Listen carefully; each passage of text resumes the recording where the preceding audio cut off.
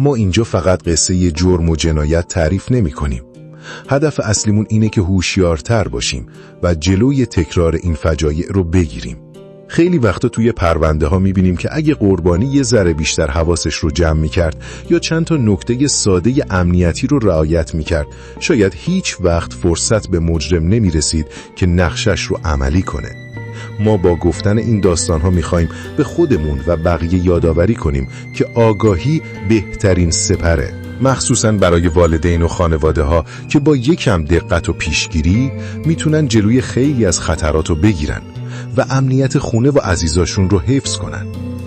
هر محله‌ای واسه خودش یه قصه داره، قصه هایی که توی شلوغی و دود و دم روزمرگی گم میشن، قصه هایی پر از امید و تلاش و بعضی وقتا قصه هایی که بوی ترس میدن. اینجا مرتضی گرده، گوشه جنوبی تهران، محله‌ای که واسه خیلیا یعنی یه شروع دوباره، جایی که آدمایی از دور و نزدیک اومدن تا آینده بهتری واسه خودشون و بچه هاشون بسازن.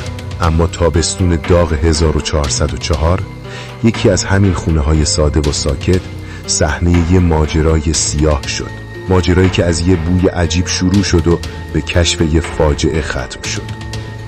قصه سکوت یه خونه و فریاد یه جنایت هولناک. قبل از اینکه بریم سراغ ادامه ویدئو، ازتون میخوام مثل همیشه حامی ما توی کانال نیمه شب باشین تا کنار هم خانواده نیمه شب رو بزرگتر و قوی‌تر کنیم.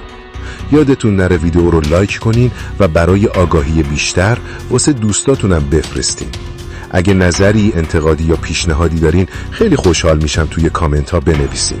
نظرات و تحلیل های شما در مورد هر پرونده میتونه کمک کنه زوایای تازه‌ای از جنایت ها روشن بشه، چیزایی که شاید از چشم خیلی یا دور مونده باشه. پس حتما توی کامنت ها با بقیه به اشتراک بذارید.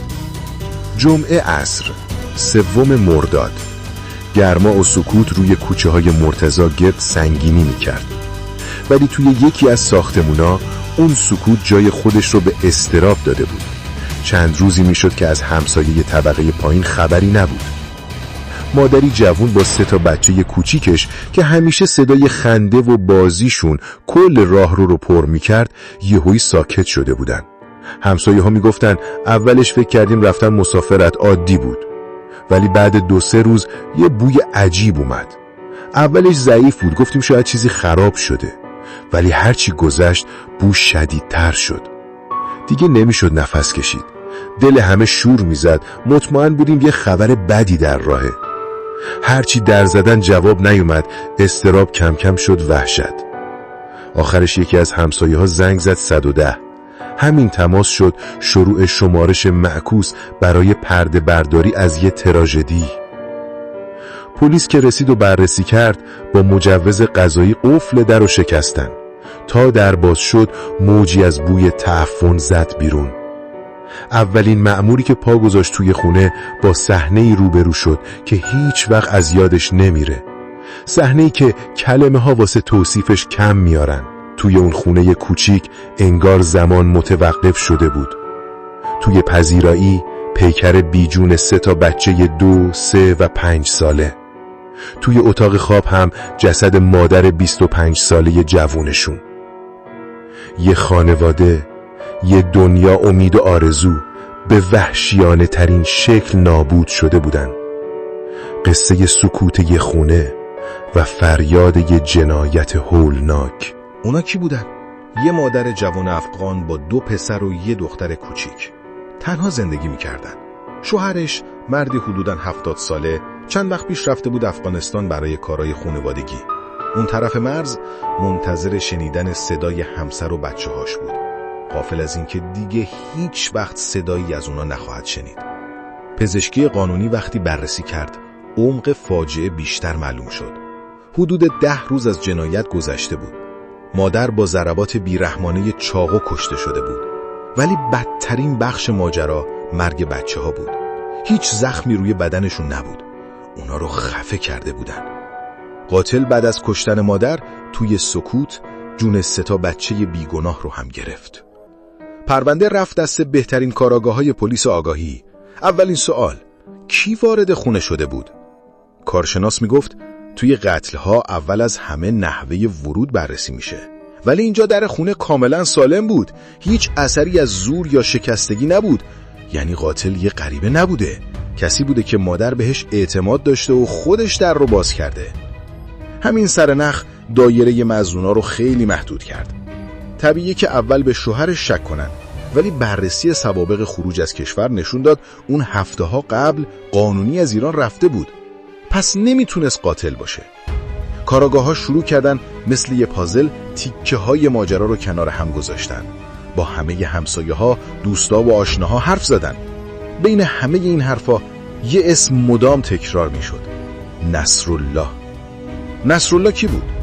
یه مرد افغان، آشنای دور خانواده. هر از گاهی بهشون سر میزد. وقتی پلیس خواست پیداش کنه دید هیچ کس خبر نداره کجاست. تحقیقات نشون داد نصرالله درست همون موقع که قتل اتفاق افتاده بود یهو غیر قانونی از مرز شرقی رد شده و رفته افغانستان. دیگه شکی نموند. قاتل همون نصرالله بود که حالا اون طرف مرز پنهون شده بود. ولی چرا یه آشنا باید دست به همچین جنایتی بزنه؟ تحقیقات بیشتر نشون داد بین نصرالله و مقتول از قبل توی افغانستان اختلاف و دشمنی شدید وجود داشته. یک کینه قدیمی که با خودشون به ایران آورده بودن و آخرش توی اون خونه کوچیک به شکل یه انتقام خونین فوران کرده بود. حالا قاتل مشخص شده بود، اما هزاران کیلومتر اون طرف‌تر رو توی کشوری دیگه. دستگیریش یه چالش بین المللی بود. پلیس ایران از طریق اینترپل و دیپلماسی اطلاعاتش رو به افغانستان داد، ولی همه میدونستن روندش طولانی و پیچیده است. در همین حین خبر جنایت و فرار قاتل بین جامعه مهاجرین افغان و حتی توی خود افغانستان پخش شد. نفرت و خشم عمومی از این قتل باعث شد خیلی‌ها خودشون دنبال رد نصرالله بگردن. آخرش با گزارش‌های مردمی مخفیگاهش توی کابل لو رفت. نیروهای طالبان توی یه عملیات غافلگیرانه دستگیرش کردن. نصرالله، قاتل مادر و 3 بچه مرتضاگرد، وقتی فکر میکرد از دست عدالت در رفته توی شهر خودش به دام افتاد. دستگیری نصرالله نقطه پایانی برای این پرونده بود. اما آیا پایانی برای درد و زخم‌ها هم بود؟ معلوم نبود. سرنوشت قضاییش چی میشه؟ به ایران برگردونده میشه یا نه؟ و سوالی که شاید هیچ وقت جوابی نداشته باشه. چطور یه قلب میتونه اینقدر سیاه بشه که جون 3 بچه معصوم رو بگیره؟ فاجعه مرتضاگرد فقط یه پرونده قتل نیست. یه آینه است. آینه‌ای که شکنندگی زندگی، عمق تاریکی خشم و آسیب پذیری آدما رو نشون میده. زخمی عمیق روی روح یه محله و حتی یه شهر. یادآور این حقیقت تلخ که گاهی امن‌ترین جا، یعنی خونه، میتونه تبدیل بشه به صحنه وحشتناکترین جنایت. یاد اون مادر جوون و 3 فرشته کوچیکش که خنده هاشون برای همیشه توی دیوارای اون خونه خاموش شد زنده و گرامی باد. نیمه شبیای عزیز، یادتون نره که با لایک و کامنتاتون میتونین از کانال نیمه شب حمایت کنید تا خانوادمون روز به روز بزرگتر بشه. حتما نظرات و تحلیلاتون رو هم بنویسید، چون هر دیدگاه تازه میتونه یه تیکه از پازل این پرونده ها رو روشن‌تر کنه.